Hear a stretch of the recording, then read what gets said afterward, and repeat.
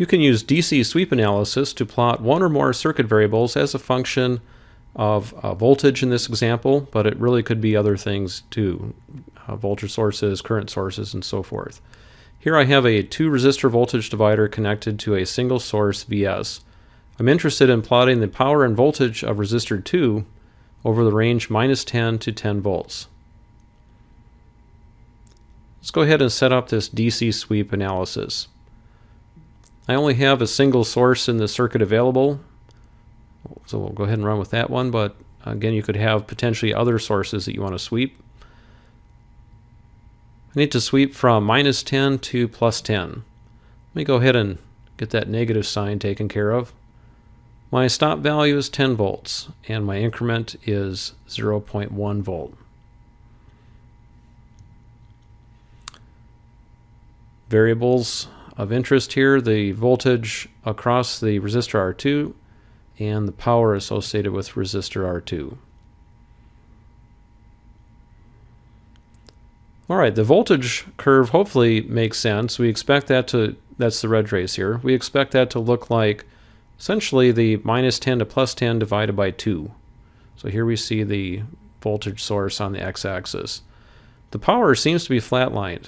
The trouble here is that I'm plotting 2 different dimensions on the same axis. So let me fire up the secondary axis here. Let's enable that one on the right side. Go back to traces. Let's go ahead and apply this and see what we got. We see the axis lighting up there on the right side. I'll come back to traces and pick the trace associated with power. So that's trace 2. There's the power right there.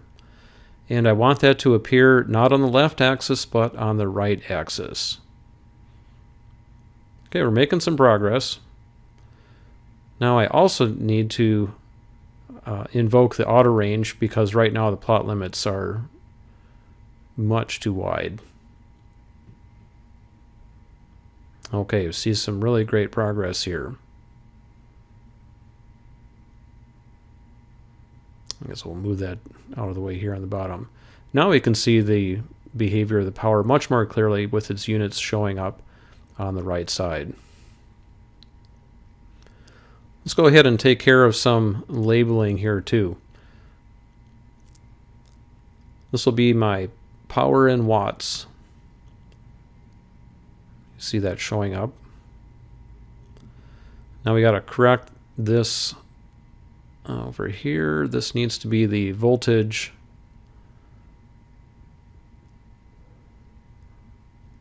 perhaps could have called that V2 with units of volts. And here we have our source voltage Vs with units in volts as well.